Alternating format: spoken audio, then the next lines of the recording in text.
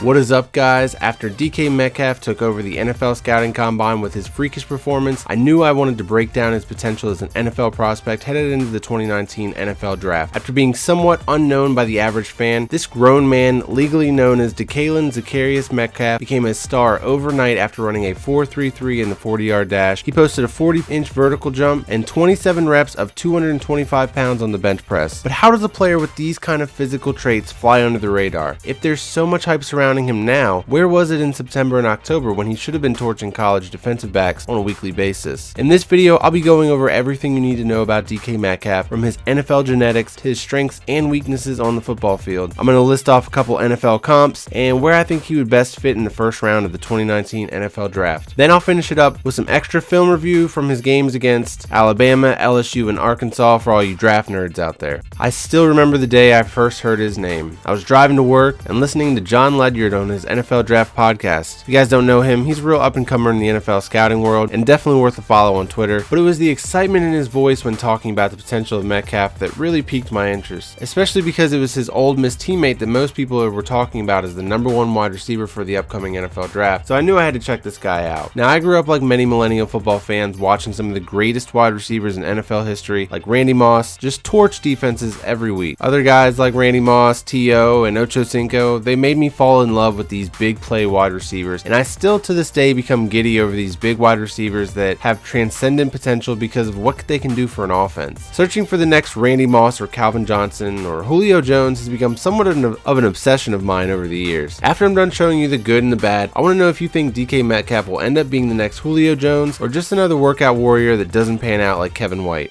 DK Metcalf was a 4-star prospect out of Oxford High School. In 2016, he was a freshman at Ole Miss. He was awarded a medical redshirt for a season after breaking his foot after 2 games. He scored touchdowns in each of his first 2 college games, but missed the last 10 games of the season to come back for his redshirt freshman year in 2017, where he was an SEC All-Freshman. This was the only year he played a full season. He caught 39 passes for 646 yards and 7 touchdowns. He ranked 7th in the SEC with 7 touchdown receptions. In 2018, in his redshirt sophomore year, he started the season and played the first 7 games before suffering a season-ending neck injury at Arkansas. He caught 26 passes for 569 yards and 5 touchdowns prior to the injury. He was ranked 4th in the SEC with 5 receiving touchdowns and 3rd in the conference in receiving yards. His 14 career touchdown receptions are 9th all-time in program history, and he was added to the Blitnikoff Award watch after a quick start to his 2018 season, but obviously the injury prevented him from winning. In my opinion, when scouting players for the NFL level, you can't really know the full potential of a guy without knowing the whole story of what makes up the man inside and out. And it starts with his family background. It can be all the difference between a guy being an all-pro or being one of the guys that Flemlo does a what happened to video about later on. As fans, we never really get a chance to see the personality side of players behind closed doors, and it's the reason that NFL executives really push the envelope with some of their interview questions. They're testing out the accuracy on their background check of the man and the teammate that they may spend a precious draft pick on. Is he really who coaches and teammates say he is, or are they just blowing smoke to do their buddy a solid? Well, DK Metcalf just happened to hit the genetic lottery. His dad was an NFL lineman, his uncle was a running back, wide receiver, kick returner, and his grandfather was also an NFL player, while his mother is an intelligent and educated woman with a master's degree. And he just happened to get the size, speed, and IQ from all of them as if he was created in a lab for once-in-a-generation athletes. He wanted to go into the family business from an early age, so his dad bought him a concrete weight set when he was a little kid, and he was squatting 100 pounds by the age of 5. As you can see, he still is a workout warrior to this day. I was a little concerned if his 40 time was going to be an accurate representation of his true speed coming off the neck injury, but he must have used that same work ethic he's had since he was a kid to get his body back to where it needed to be to announce his status as the wide receiver 1 in the upcoming draft at the NFL Combine.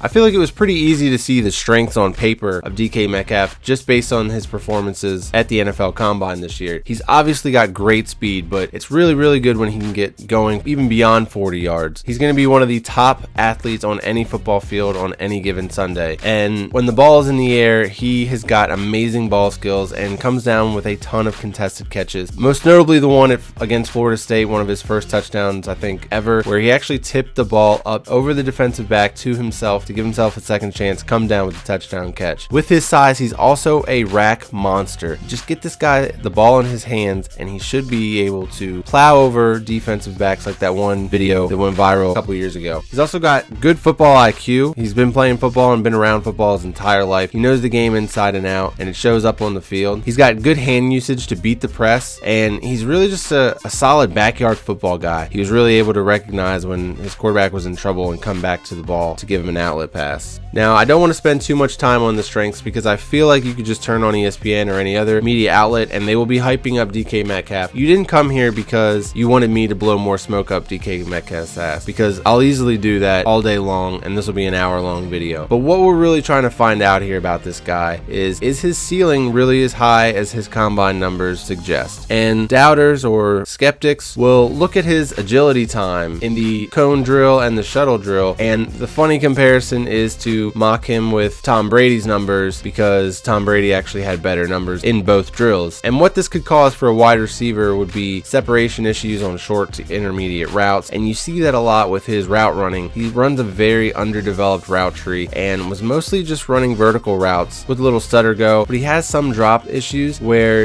it seems like he might be losing focus. I noticed a couple of them were when they were later in games and Ole Miss was in no chance of winning and he just dropped the ball or, didn't look it in and turned his head to try and get yardage after the catch, and he just let it through his hands. His blocking is not the greatest either. He is a willing blocker, but I hate when people say that because to be a willing blocker, you just have to put your hands up, right? But there are some issues where his effort is probably questionable on the blocking. And then also another thing I noticed about his game is that he pushes off a little bit too much. He seemed to get away with it at the college level, but that stuff's probably not going to fly if you make a habit of it at the NFL level. And then something that bothers me is that while he was such a physical specimen, and he has been probably his entire life, why was he not schemed into the game plan as much as his teammate AJ Brown? AJ Brown was the centerpiece of that Ole Miss passing game, and they did everything they could from reverses to screens to slants to end arounds to get AJ Brown the ball. Why didn't they do that with DK Metcalf? And my only thought with that would be that the agility issues are there and they didn't feel like he was experienced enough and capable enough of making those plays. So one thing I didn't really see much of is I didn't see a lot of screen passes or short to intermediate passes for him or directed towards him. And the guy that I would compare him to is N'Keal Harry. And my issue with N'Keal Harry is I don't see a lot of vertical routes from him. If I could mold these two guys and their route trees together, they're basically like reverse mirror images. N'Keal Harry doesn't go downfield nearly as much as I'd like to see. I don't see nearly as many jump balls, whereas I see too many jump balls and not enough quick passes to get the ball in DK Metcalf's hands. If I'm going to use a top 10 pick on a wide receiver like this, he's going to be the centerpiece of my passing game. I'm going to want him to be able to catch short intermediate passes and break a tackle and use that speed to take off. I don't want to have to worry about him only catching passes downfield because a lot of offenses are shifting towards more and more quick trigger, get the ball out of your quarterback's hands, get it into a playmaker's hands, and then move on. If he's going to need, these long routes to develop every time, he's not going to get as many targets as he could. Now, all of those are somewhat nitpicking because this guy is a physical freak and should be able to do anything and everything he wants to do on the field at the next level, especially once a good coach gets his hands on him. They had horrible coaching at Ole Miss, not horrible, but very below average. The three wide receivers that they have were better than 80% of the number one wide receivers on most teams. One of the biggest things that I found out about him while I was digging through his past that I think is a really questionable character mark, and this is kind of a big one for me. He loves strawberry milk. Who loves strawberry milk? That stuff is disgusting. Very questionable. I'm not sure if I can trust a guy that likes strawberry milk. You guys can take that for what it's worth. Let me know if you guys would ever drink strawberry milk in the comments below. But with all seriousness, my biggest concern with DK Metcalf, the only reason I wouldn't spend the number 2 overall pick if I was the 49ers on this guy is his injury history. I mentioned the 2 injuries earlier on, and teams are going to be a little cautious when it comes to using a high pick on him because of the injuries. I was hoping to see him come back for his junior year after the injury to his neck because getting to see a guy with his abilities dominate college secondaries would be a lot of fun. But if he suffered a 3rd season-ending injury, he would have been nicknamed Mr. Glass, and even a freakish combine result couldn't have helped him shed that label. Let's hope that his 1.6% body fat is actually not hurting him and he can stay healthy moving forward. As far as NFL comparison goes, this guy has got Josh Gordon written all over him, but the young 2013, 2014 Josh Gordon, super explosive, great hands, jump ball guy, will make outrageous circumstances work his catches, and then torch the defense afterwards. Another guy that I saw a little bit of with him was a little bit of Terrell Owens. The ability to break tackles and stuff after he does get the ball in his hands, if he does get it in short passes, and also with the drops a little bit. T.O. was great, but he didn't have supernatural hands. He was just a workout warrior who went from a small school to Hall of Fame because he just busted his ass. Josh Gordon and Terrell Owens are the ceilings of what DK Metcalf could potentially be, but I would say that the worst case scenario is Kevin White, because he came from a similar situation where, you know, we saw a couple of jacked pictures of him on the internet, then he went and blew up the combine, and then he was never heard from again unless he was getting injured very, very early in the season. So he's got good and bad traits of all three of those guys. Hopefully he can find some sort of a medium and become a great wide receiver at the next level.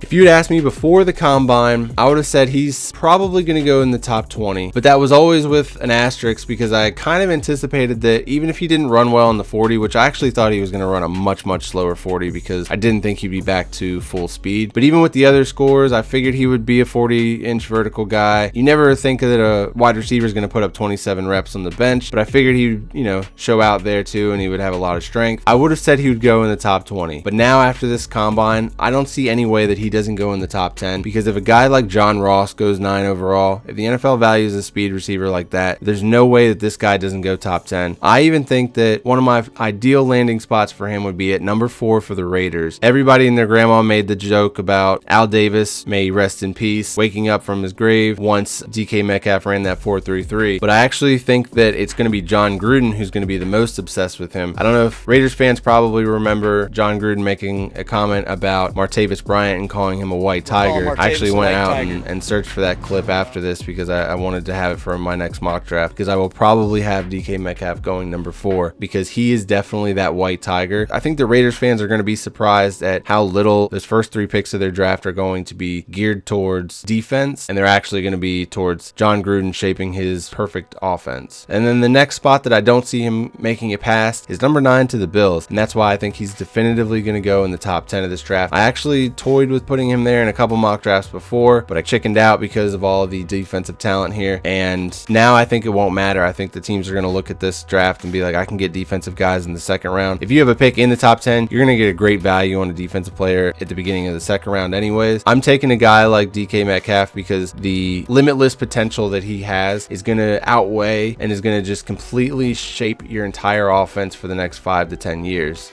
And right before we get to the film, I want to go over a couple of things that all the so-called Twitter scouts are saying. Some are real scouts, some are just guys with a Twitter account. These are some of the fun things I saw people on Twitter saying about DK Metcalf after he blazed that 4.33. Let me know if this is something you guys would like to see in scouting reports down the line, or if I just mix these in as we go along. And without getting a drop of paint on anything but the flapping flotsam, what's that? Terrible interception from a pretty bad quarterback. But watch this. So he's chasing down this play. He's got a blocker, eyes on, coming to him, and watch him just fucking dispose of this guy.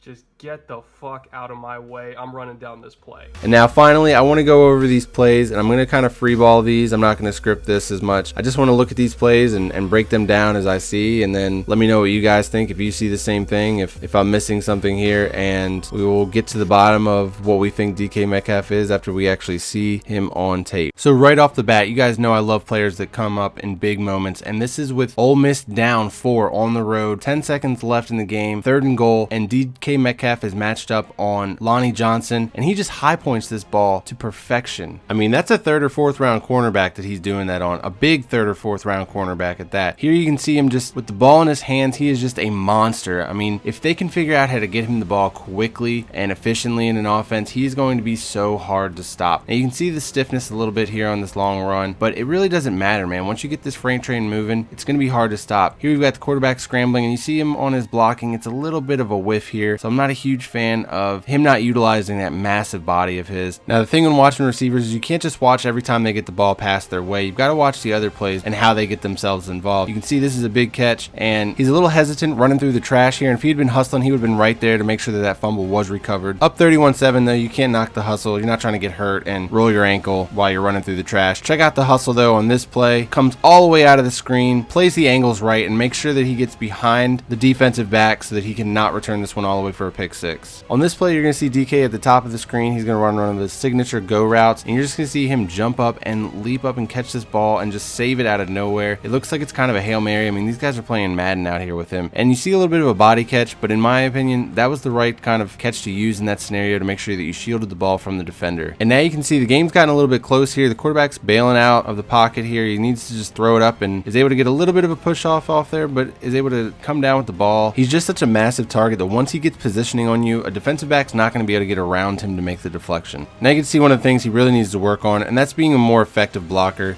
This is a pretty weak attempt here. He tries to make it up on the very next play, which is a very crucial one, but it's just him out there on an island. But you do like to see players rebound like this. Here's another play from earlier on the drive in that Kentucky game. Poor 6'4" senior cornerback Chris Westry just gets pushed back when he tries to jam him. DK Metcalf is going to walk into the league as one of the most physical wide receivers in the game already. Pair that with his effectiveness at doing one thing really well, and this is what it is right here. Just running right past the defense and catching it and tracking the ball and just taking the top off of defense. On this play, I don't even know how the ball makes it through this tiny little window here, but DK's got the focus to look that ball all the way in, shake a tackle, shimmy another one, keeps his balance, and runs it all the way in for another touchdown. Here we've got him matched up on Lonnie Johnson again. Lonnie Johnson tries to press him, but you see he's just got the amazing physicality to beat the press, track the ball, and just outrun a day 2 draft pick. Let's watch that hand usage one more time. Whew! Lonnie Johnson doesn't want any of DK Metcalf. This poor defensive back from Texas Tech could not keep up with DK's acceleration right off the snap. DK is a little bit late to get his hands up and still is able to get out there, track that ball with those long arms of his. Now this play you've seen a couple times on here already, but it's the first play against the best team on their schedule. And what do? They just go ahead and do what they do best, throw it deep to DK Metcalf. He's able to beat the press for yet another touchdown. This time they've got DK matched up with Pro Bowl cornerback son Patrick Surtain II, and he's nice long corner. He's able to get his hand on it and deflect it away. But you can see that was a major part of their offense. Here you go again, same play. They're getting their butts kicked and they're throwing it into triple coverage, just trying to get a prayer here. And once again, just trying to get their way back into this game. And this is what I was talking about. It's a little bit worrisome that this is the only route that he runs for a majority of their offense. And based on the scenario here at the end of the game, they're down big. It does make sense. On this next play, he shows a little bit of a lack of awareness. His quarterback once again is on the move. He's trying to come back, but he steps out of bounds and he wasn't even pushed. It's weird because he almost runs away from the direction of the ball to come back to the ball the other way. All right, now we've got him matched up against Greedy Williams, who I think is the best corner in this 2019 NFL draft, and he's able to draw the flag on him early. So in this play, look at how much of a cushion that Greedy Williams is giving him. It's because Ole Miss is down big, and you know what their game plan is, right? It's to throw it deep to DK, but they catch him off guard here with a little comeback route. He's able to use his big frame and get a few extra yards. I bet you can guess what route that he's running on this play. Little stutter go. He gets lucky here. He gets tripped up a little bit with Greedy Williams, gets away with a push off, falls down, and gets the flag anyways. And then down here in the red zone is where Greedy Williams is going to thrive, where he can play press man on you and get right up in your grill. He's able to knock the ball loose and save the touchdown. These are the plays you watch college football for. We've got 2 first-round picks going up against each other, and it doesn't disappoint. There's so much physicality in the route and the coverage and the tackle. It was so nice I had to show you twice. And this last play just kind of sums everything up. Quarterback play was not good enough. Overthrow here. The 40-inch vertical got him up there to get the ball in his hands, but he just can't quite come down with it. That's going to do it for DK Metcalf. I hope you guys enjoyed this. I appreciate you guys watching until the end. Thank you all for liking, commenting, subscribing, all of that good stuff. I feel like the craziness of this NFL offseason is just right around the corner, so please buckle up because this is going to be a wild ride. Don't forget to hit that like button for me. It really helps out this channel. Hit the subscribe if you watch to the end, and I will see you in the next video.